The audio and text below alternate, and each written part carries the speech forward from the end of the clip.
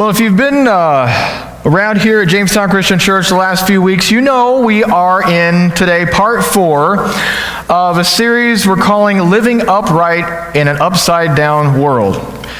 The big idea is that when culture around us becomes more broken and more sick, a follower of Jesus needs to learn to bring out the best within that culture. So rather than trying to be like the culture, what comes a more powerful witness is when you and I live in a way that is counterculture, is different. And this morning we're going to... Hold on a second. Hold on. I gotta get this. This morning we're going to talk about some things that we... Hold on. I got it. Sorry. For those in drive-in service, I just looked at my phone. But something I think that is very important we're going to talk about today that is needed in today's world is when we are with someone or someones, that we are actually with them, that we are fully present. Now, I know this sounds a lot easier than it is, and we're going to unpack this as we go on this morning, but here's the upside-down concept that I want us to think about today. Presence influences happiness. And we all know that this is so needed today. Happiness, joy, hope, being gracious and kind is something that's desperately needed in our culture. And we know that presence influences happiness because we're often on the flip side of all that. All of us today have been with somebody that when you're in their presence, you're not really in their presence. You know what I mean? We've all been in maybe meetings before, but one-on-one meetings with someone who, and I get this a lot, I'm not going to say who or in what area of my life, but usually there's a person in my life that when I meet with them on a professional basis and I'm sitting across the desk from them and we're engaging in conversation and that person is looking on stuff and looking on the computer and looking at, and they'll occasionally look up, and then keep going down. So I'm not really and when you're with people like that, you want to just kind of go, hey, right here, right? We've all experienced that. You actually feel like you're not important right now. You're feeling unworthy when you're with that person. And really, if you think about that, we learn this at a very young age. Remember, and all of us are probably guilty of this, and I know when my dad sees this video, he's going to say, yeah. And we remember our kids doing something like, Dad, Mom, hey, Mom, Dad, watch this, watch, right? You want their what? Now, why did Mom or Dad watch this? Because they learn at an early age that presence with somebody who cares, who genuinely cares, makes that experience more meaningful, right? No matter what it is. Now, our kids weren't asking a stranger to watch. They were asking their parents, somebody that they genuinely care about in their lives, asking them to be present with them. Now, this idea of presence isn't an American value. It's not just a value that's been validated by academic and scientific research. Presence is actually a God value. Presence has deep theological roots. Think about this for a minute. It was God's presence that created the whole earth. And then God, in His love for you and I, wanted to be more present with us, so God became human in the form of Jesus Christ. Take a look at John chapter 1, the first part of verse 14. John 1, the first part of verse 14, the New Living Testament, says this. So the Word, capital W, meaning Jesus, became human and made His, what? Home with us. The Word became human and made His home with us. We know this as a big theological term called the incarnation. So he became human and was born, we know, in Bethlehem. And then Jesus walks the earth. He has His ministry. He teaches what we have recorded in the Bible. Then Jesus is crucified. He's resurrected, which we're going to celebrate in a few weeks. He ascends to heaven, and then He gives us this promise that when He's gone, He will give us His presence through His Holy Spirit. Look at Ephesians chapter 3, verses 16 and 17. Ephesians 3, 16 and 17 says, I pray that from his glorious, unlimited resources, he will empower you with inner strength through his Spirit. Then Christ will make his, here it is again, home in your hearts as you trust in him. Now, you can't be much more present than in your heart. That's incredible. As followers of Jesus, this is one of the greatest biblical promises that we have. God's saturation of our lives. So with that in mind, if presence is a God value, if presence, I'll say, is a spiritual value, don't you think that it ought to be a bigger deal to you and I?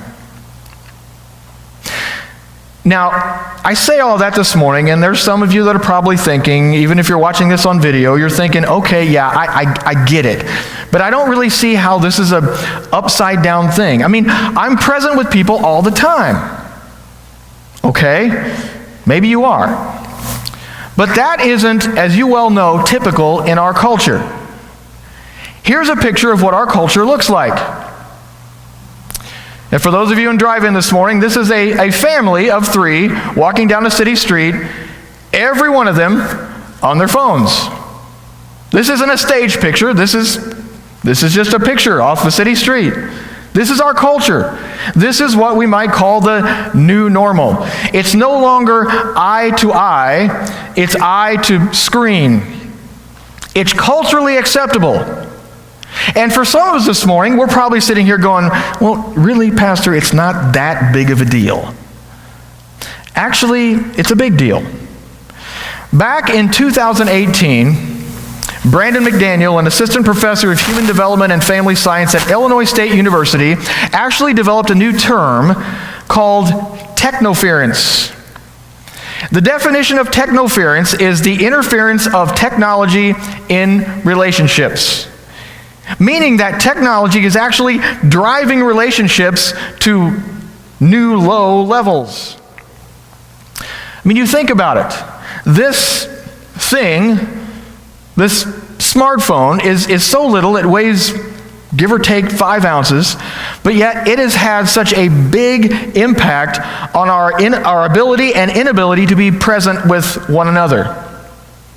See, because really, if you think about it, when you're connected to everyone in the world out there, actually it means we're disconnected to people that are right here. Now, let me, before I go on, be very, very clear. I am not anti-technology. I love technology. Okay? I own an iPhone, obviously. I own an Apple Watch on my wrist here. I own an iPad. I own a laptop. I have 4 different email accounts, a Twitter account. I am not anti-technology by any stretch of the imagination. And I'm not asking anyone to become Amish this morning, okay? I'm not. I'm just asking all of us to be honest enough to evaluate our own use of technology and how your use is actually keeping you from possibly being present and increasing other people's happiness. I'm honestly not encouraging phone abstinence this morning. I'm encouraging phone consciousness. Let me also be very clear and tell you that this is not a Christian versus non-Christian issue or a tech person versus non-tech person issue. This is a relational issue. God designed people, you and I, to be relational beings. So, how do you live upright in this upside-down world and value presence when you're with other people? How do you become upside down and increase happiness in those around us? How do you become upside down and put people first before glancing at texts or incoming notifications or looking on your social media app? How do we do this when there's no Bible verse that says, thou must limit thy cell phone use? How do we do that? Well, I think we do it by looking at Jesus. Let's start this morning by taking a look at young Jesus in Luke 2, starting in verse 41. Follow along with me where it says, starting in verse 41 in Luke 2, every year, Jesus' parents went to Jerusalem for the Passover festival. When Jesus was 12 years old, they attended the festival as usual. After the celebration was over, they started home to Nazareth, but Jesus stayed behind in Jerusalem. His parents didn't miss him at first because they assumed he was among the other travelers. But when he didn't show up that evening, they started looking for him among the relatives and friends. When they couldn't find him, they went back to Jerusalem to search for him there. 3 days later, they finally discovered him in the temple, sitting among the religious teachers, listening to them and asking questions. All who heard him were amazed at his understanding and his answers. His parents didn't know what to think. "Son," his mother said to him, "why have you done this to us? Your father and I have been frantic, searching for you everywhere." "But why do you need to search?" he asked. "Didn't you know that I must be at my Father's house?" But they didn't understand what he meant. Now, I've got to admit, sometimes I have that in common with Jesus' parents, because sometimes I don't understand all that's in there. And we won't even address the parenting issue at play here, because in today's culture, they definitely wouldn't win Attentive Parents of the Year. But have you ever thought, though, just a side note, how difficult it would be to be Jesus' parents? Can you think about that? I mean, can you think about sometimes that we tell to our kids, "Oh, you think you know everything?" And Jesus would be, "Well, yeah, I do." It'd be tough. But here's what I want to focus on. When his parents find him, what was Jesus doing? He was listening and asking questions. At 12 years old, here he was listening and asking questions. He was present. He was in the moment. He was engaged with people. And if you're familiar with the Bible at all, you know that this is a recurring theme in the life of Jesus. For Jesus, all his life, people were priorities. And listening to them is one of the ways that we make people a priority. Not listening and looking, not listening and scrolling, not listening and looking at our Twitter feed, not listening and looking at our latest text that we just got. We've all heard that listening is the language of what? Love. Yeah. It's one of the ways we love people, is to listen. Well, Jesus was listening, it says. And it also says he was asking questions. But think about that this morning. Jesus didn't have to ask questions. Jesus was God in human form. So he already knew the answers to any question anyone could ever ask. Jesus obviously understood that asking questions actually communicates concern, and communicates that when you ask questions of another person, it's a primary way that you engage that person's heart. Because there's always something going on below the surface that's deeper and more meaningful. It's one of the ways that you love that other person and discover what it is they're really talking about. Well, the other thing I want us to notice about this passage here is that Jesus was listening and asking questions, and listening really validates people as valuable. Right? It validates people as valuable. That's why people are happier when we're actually present with them. We make them more valuable. If I'm engaged in a conversation with my friend Kurt here, and Kurt's telling me about maybe something that's really bothering him, and saying, hey, can I talk to you for a second? Sure. Yeah, go ahead, Kurt. Yeah. Right? What's that? Yeah. Ooh, that must be tough. Yeah. Yeah. I'm sorry. What? I'm sorry? Does that communicate that I'm present with him? Does that communicate that I'm validating Kurt's feelings if I'm looking at my phone screen while I'm, quote, listening to him? No. The bottom line is, I'm not loving you in my presence if I'm distracted by my phone or anything else. We're just using that this morning as a kind of a guide. I'm not fully bringing about happiness in your world if anything else is more important in that moment. And we can't really blame this on anybody. We have conditioned ourselves in our culture that when our phone vibrates or rings or makes any sort of movement or sound, we are obligated by law to give that our immediate attention. And I got to admit, my wife is probably listening to me right now on drive-thru. I'm as bad as anybody else. Her and I could be talking, or we could be just sitting, having time together and watching a show on TV or whatever. As soon as I hear my phone ring or bell, I'm going, what? And sometimes she'll go, who's that? What's going on? Oh, it's just nothing. Well, then put the phone down. we feel like we're obligated. See, what we're really doing is we're putting a value on the unknown. So we don't know what the text or the notification is when we hear our phone buzz. But we're putting a value on the unknown when the known is right in front of us. As followers of Jesus who value people, the anticipation of what could be is not more important than who is. Jesus modeled this. We go later on in his life in the Bible, and we see Jesus once had a conversation with a woman named Martha. Now, Martha and her sister Mary were in their house with Jesus, and Martha was busy, distracted. She was cooking and getting the house ready and doing all these kind of things, and Mary was sitting and just quietly listening to Jesus. And Luke 10 tells us that Martha goes to Jesus and she complains about this, and she said to Jesus, hey, this is not right. And listen to what Jesus says. He says, "My dear Martha, you're worried and upset over all these details. There's only one thing worth being concerned about, and Mary has discovered it, and it will not be taken from her." Jesus was making a statement of priority. What he's basically saying here is, Martha, what's on the stove is not more important than who's in the house. Maybe today it would be more like, what's in your pocket, what's in your purse, is not more important than who is in your presence. Moments matter.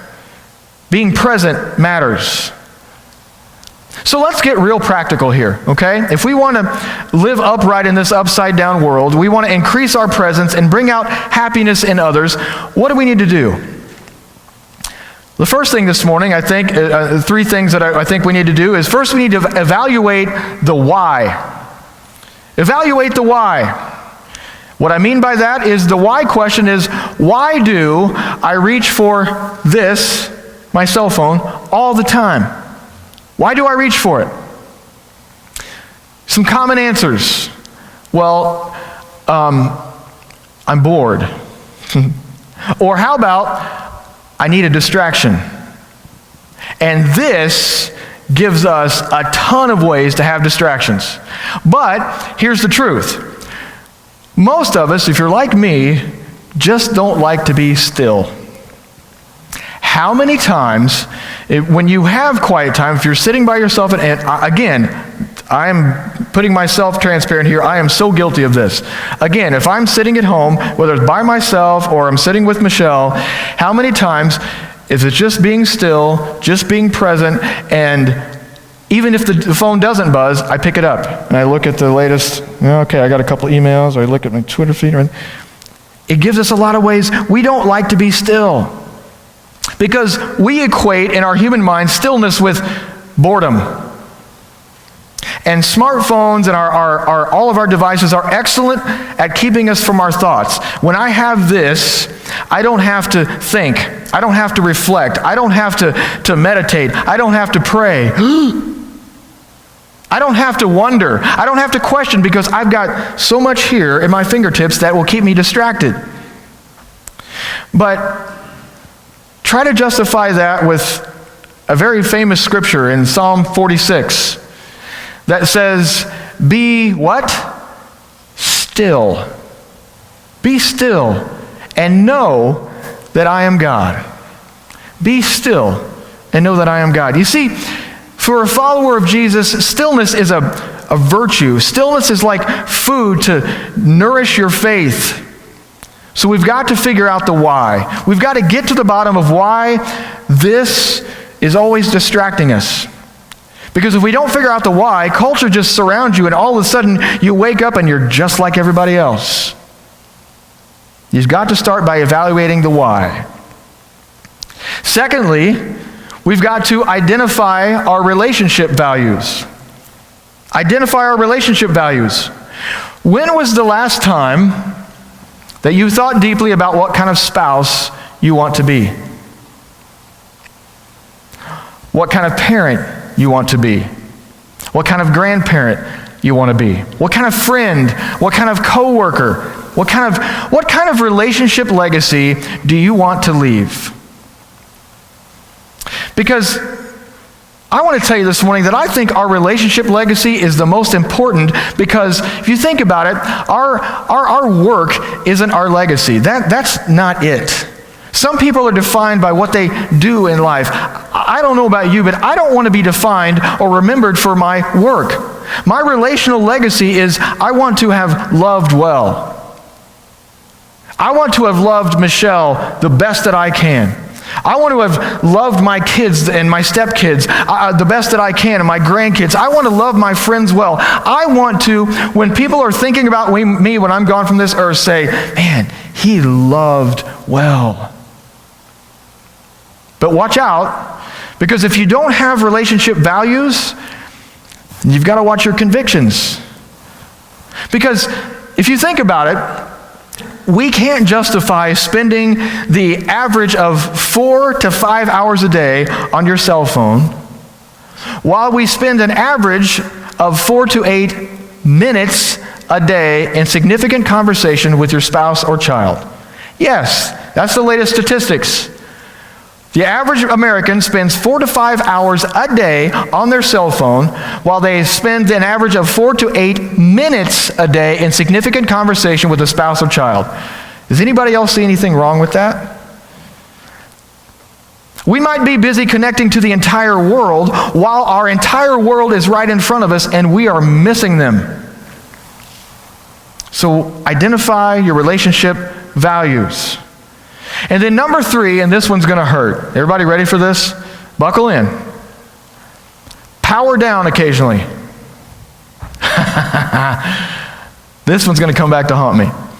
Research shows that you can power these devices off. And research also shows that when you do that, you're not going to shrivel up and die. Now, I made that up. But we chuckle about that, but the mental health world actually defined about 2 years ago a new phobia or fear, and it's called nomophobia. The fear of no mobile device.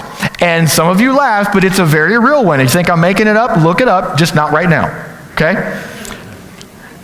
Actually, research says that over 50% of the adult population in America suffers from nomophobia. Think about that. 50% of people are afraid to go without their cell phone connected. Now, here's what's interesting about this particular point. People will gladly admit to this addiction. Because see, typically you don't laugh or chuckle about addictions. But people will go, yeah, you got me. I can't put my cell phone down, but hey, at least I'm not into drugs. At least I don't have a gambling problem. I'm not into porn or anything, but I do love my phone. I get it. I told you earlier, I love my phone too. But when you power down occasionally, it's good for your heart. It's good for your mind. It's good for your soul. It's good for your faith. And it's great for your relationships. It's tough. I have to have my wonderful wife and good friends of mine here at the church, some of the elders, my friend Kurt, and other people that when I'm going to take a couple days off or when I take a week off or something like that, will say, hey, hope you have a good time, but remember, don't answer your cell phone. Turn your cell phone off for a while. Okay. It's tough. Now, if you're not a person who powers down occasionally, let me give you some baseline suggestions this morning of where to start. Okay, you ready for this? First, let's start in church. No, I had to do that. Let me show you all of our phones. Now, I've done extensive research in this, okay? Every phone made in the entire world today has what they call an off switch. And some of it's different, some of it's on the side, some of it's a button, but everyone has an off button. Now, I'll have to admit to you that I did cheat this morning. I turned mine off because I knew some of you very well that you'd be texting me and trying to call me during this message just to screw me up. So I turned mine off. But, so there, Kurt. Sorry. But we can start powering down at church. Now, I'm not trying to embarrass anybody or whatever, but in the almost 8 years that I've been here at Jamestown Christian Church, there have been times in church where phones gone off.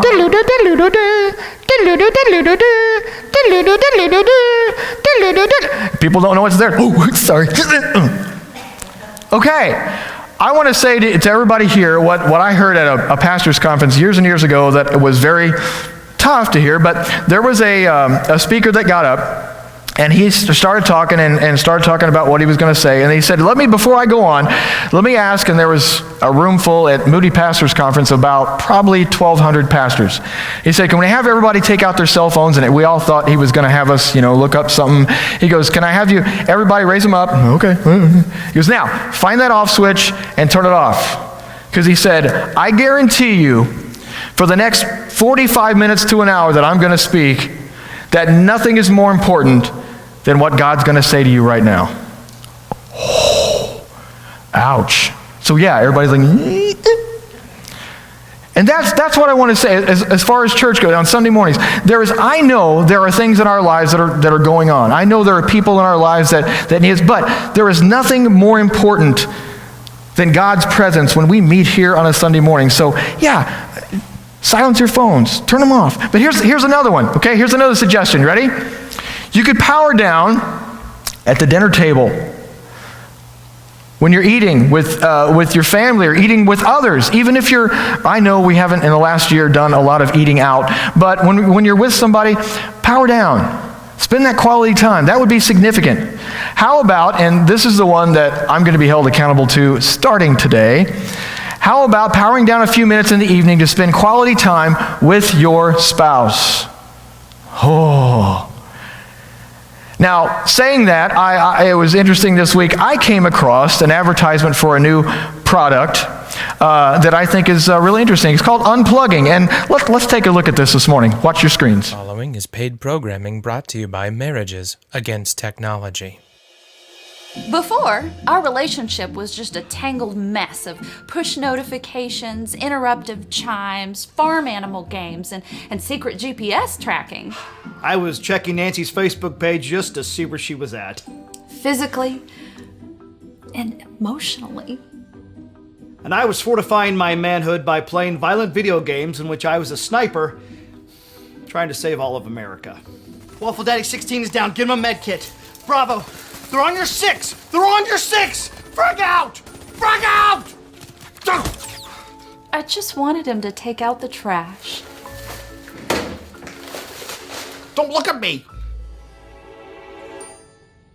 I had a hard time communicating how I felt. He'd try these little emoticons, but the messages got mixed.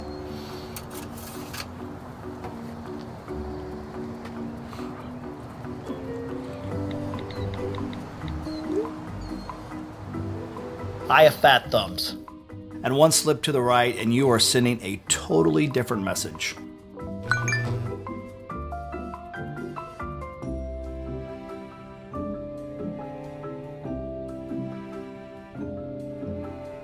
It got to the place where I was finding attention elsewhere. Oh, come on. Come on! Come on! We were talking about separating. And by separating, we mean buying an additional tablet so we could each have one. The point is that we were chewing up our data with nothing to show for it. And that's when we discovered unplugging. It's a form of communication that requires no electricity or Wi-Fi.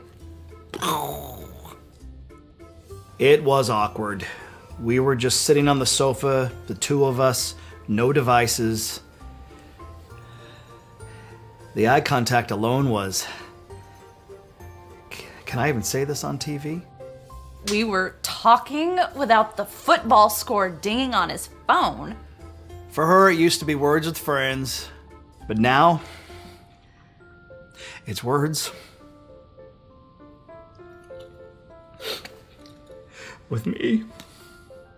Unplugging has revolutionized the way we relate to each other. When the electricity goes out, I don't even flinch. And when I say flinch, I mean lose my everlasting mind. I know there are skeptics, but all I say is give it a shot. It's worth your time. You will see results. And fast.